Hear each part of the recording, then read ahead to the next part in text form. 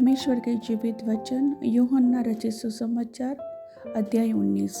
इस पर पिलातुस ने यीशु को कोड़े लगवाए। सिपाहियों ने कांटों का मुकुट गूंथ कर उसके सिर पर रखा और उसे बैंजनी वस्त्र पहनाया और उसके पास आकर कहने लगे, हे यहूदियों के राजा प्रणाम, और उसे थप्पड़ भी मारे।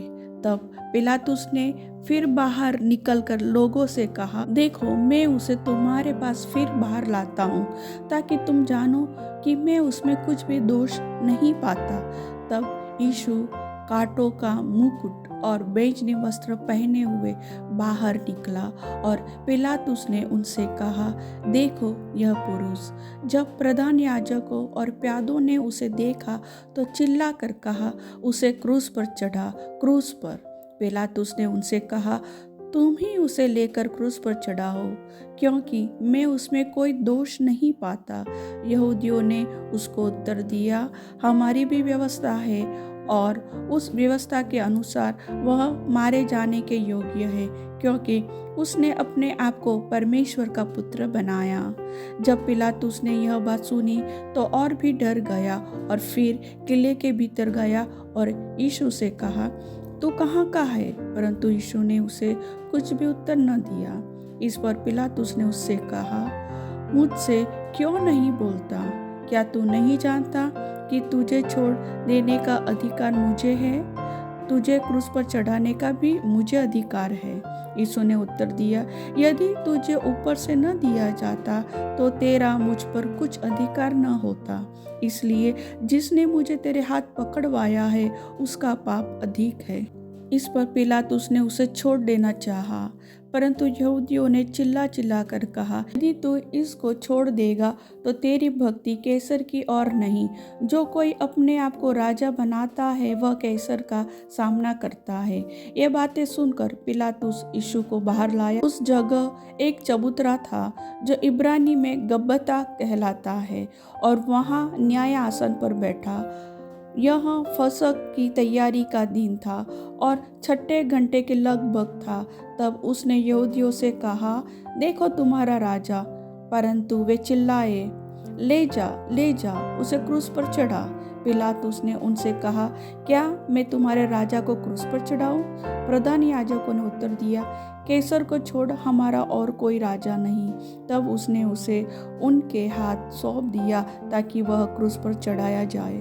तब वे यीशु को ले गए और वह अपना क्रूस उठाए हुए उस स्थान तक बाहर गए, खोपड़ी का स्थान कहलाता है, और इब्रानी में गुलगुता। वहाँ उन्होंने उसे और उसके साथ और 2 मनुष्यों को क्रूस पर चढ़ाया, एक को इधर और एक को उधर, और बीच में यीशु को। पिलातुस ने एक दोष पत्र लिखकर क्रूस पर लगा दिया और उसमें यह लिखा हुआ था, यीशु नासरी यहूदियों का राजा। यह दोष पत्र बहुत से यहूदियों ने पढ़ा, क्योंकि वह स्थान जहाँ यीशु क्रूस पर चढ़ाया गया था नगर के पास था, और पत्र इब्रानी और लतीनी और यूनानी में लिखा हुआ था। तब यहूदियों के प्रधान याजकों ने पिलातुस से कहा, यहूदियों का राजा मत लिख, परंतु यह कि उसने कहा, मैं यहूदियों का राजा हूँ। पिलातुस ने उत्तर दिया, मैंने जो लिख दिया वह लिख दिया। जब सैनिक यीशु को क्रूस पर चढ़ा चुके तो उसके कपड़े लेकर 4 भाग किए, हर सैनिक के लिए एक भाग, और कुर्ता भी लिया, परंतु कुर्ता बिन सियन ऊपर से नीचे तक बुना हुआ था। इसलिए उन्होंने आपस में कहा, हम इसको न फाड़े, परंतु इस पर चिट्ठी डालें कि यह किसका होगा। यह इसलिए हुआ कि पवित्र शास्त्र में जो कहा गया वह पूरा हो, उन्होंने मेरे कपड़े आपस में बांट लिए और मेरे वस्त्र पर चिट्ठी डाली। अतः सैनिकों ने ऐसा ही किया। यीशु के क्रूस के पास उसकी माता और उसकी माता की बहन क्लोपास की पत्नी मरियम और मरियम मगदलीनी खड़ी थी। जब यीशु ने अपनी माता और उस चेले को जिससे वह प्रेम रखता था पास खड़े देखा तो अपने माता से कहा, हे नारी, देख यह तेरा पुत्र है। तब उसने चेले से कहा, यह तेरी माता है। और उसी समय से वह चेला उसे अपने घर ले गया। इसके बाद यीशु ने यह जानकर कि अब सब कुछ पूरा हो चुका, इसलिए कि पवित्र शास्त्र में जो कहा गया वह पूरा हो, कहा, मैं प्यासा हूँ। वहाँ सिरके से भरा हुआ एक बर्तन रखा था, अतः उन्होंने सिरके में भिगोए हुए स्पंज को जूफे पर रखकर उसके मुंह से लगाया।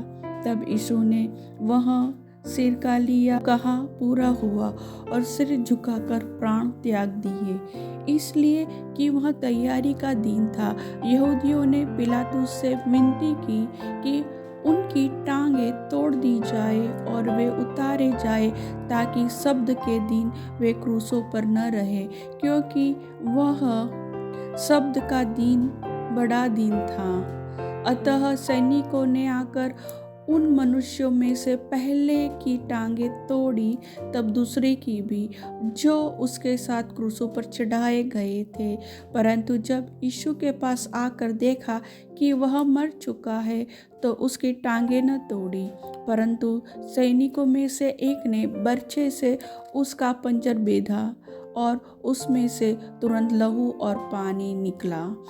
जिसने यह देखा उसने गवाही दी है, और उसकी गवाही सच्ची है, और वह जानता है कि वह सच कहता है, कि तुम भी विश्वास करो। यह बात इसलिए हुई कि पवित्र शास्त्र में जो कहा गया वह पूरा हो, उसकी कोई हड्डी तोड़ी न जाएगी।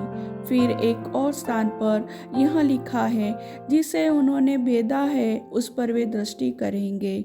इन बातों के बाद अरमतिया के यूसुफ ने, जो यीशु का चेला था परंतु यहूदियों के डर से इस बात को छिपाए रखता था, पिलातुस से विनती की कि क्या वह यीशु का शव ले जा सकता है।